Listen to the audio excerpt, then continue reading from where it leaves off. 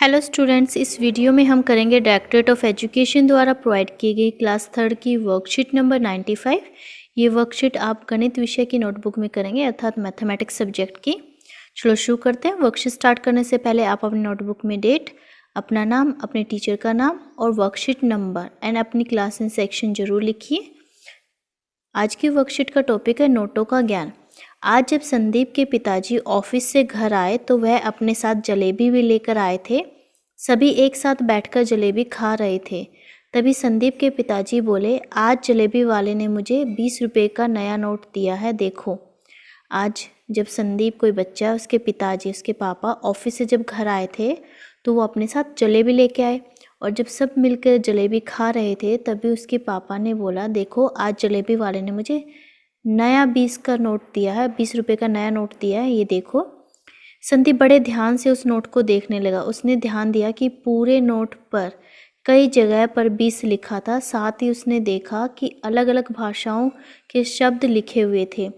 फिर संदीप ने उसे बड़े ध्यान से देखा। उसने देखा कि जो पूरा नोट है उस पर कई बार 20 रुपये लिखा हुआ था। साथ ही उसने ये भी देखा कि उस नोट पर अलग अलग भाषाओं में भी शब्द लिखे हुए थे। संदीप ने अपने पिताजी से पूछा, पिताजी यह क्या लिखा हुआ है? फिर संदीप ने अपने पापा से पूछा कि पापा ये क्या लिखा हुआ है? संदीप के पिताजी बोले, बेटा यह अलग अलग भाषाओं में 20 रुपये ही लिखा हुआ है, जैसे उर्दू में, मलयालम में। देखो यहाँ पर हमारी मातृभाषा में भी 20 रुपये लिखा हुआ है। सभी तरह के नोटों पर अंकों और शब्दों दोनों तरीके से कीमत को लिखा जाता है। संदीप के पिताजी ने उसे 100 रुपये का नोट भी दिखाया। फिर उन्होंने बताया कि हर नोट पर अलग अलग भाषाओं में और हमारी मातृभाषा में अंकों और शब्दों में हर तरीके से, दोनों तरीके से लिखी कीमत को लिखा जाता है। फिर संदीप के पिताजी ने उसे 100 रुपये का जो नया वाला नोट है वो भी दिखाया। देखो ये वाला 100 रुपये का नोट है। संदीप बोला, देखिए पिताजी, इस पर इंग्लिश में 100 लिखा हुआ है। तो क्या आप भी हमें बताएंगे कि नीचे दिए गए नोट पर शब्दों में कैसे लिखा होगा? तो हमें यहाँ पे कुछ नोट दिए गए और हमें बताना है कि शब्दों में इन्हें कैसे लिखा गया होगा। तो चलो इन्हें करते हैं। ये क्या है? 50 रुपये। तो इसको हम लिखेंगे 50 रुपये। इंग्लिश में हम कैसे लिखेंगे? 50 रुपीज़। ये दूसरा क्या है? 200 रुपये। तो इसको लिखा जाएगा ऐसे 200 रुपये। इंग्लिश में से लिखा जाएगा 200 रुपीज़। फिर क्या हुआ? संदीप ने फिर दो अलग अलग नोटों को साथ में रखकर पढ़ा, जैसे 120 रुपीज़, 120 रुपये। ठीक है, इसको उसने पढ़ा 120 रुपये, 120 रुपीज़। तो अब क्या आप भी नीचे दिए गए संख्याओं को शब्दों में, वर्ड्स में लिखकर बताएंगे? तो क्या आप भी यहाँ पे जो ये संख्याएं दी गई इन्हें वर्ड्स में लिखकर बता सकते हैं? चलो करते हैं। हम हिंदी और इंग्लिश दोनों मीडियम में करते बेटा इन्हें। पहला है 145, 145, 145। हिंदी में हम कैसे लिखेंगे? 145। ठीक है, 45। फिर है 225, इसको पढ़ा जाएगा 225। चलो इसको भी लिखते हैं। पहले इसको रब कर देती हूँ। इसको लिखेंगे 225। ठीक है, ये तो हो गया इंग्लिश में। हिंदी में लिखेंगे 225। ठीक है, ये हो गया हिंदी में सेकंड वाला। अब नेक्स्ट है 142, इसको हम लिखेंगे इंग्लिश में 142। हिंदी में हम इसको पढ़ेंगे 142। तो लिखेंगे कैसे? 142। ठीक है, ये हो गया हिंदी में। अब है नेक्स्ट 350, 350। तो इंग्लिश में हम इसको लिखेंगे 350।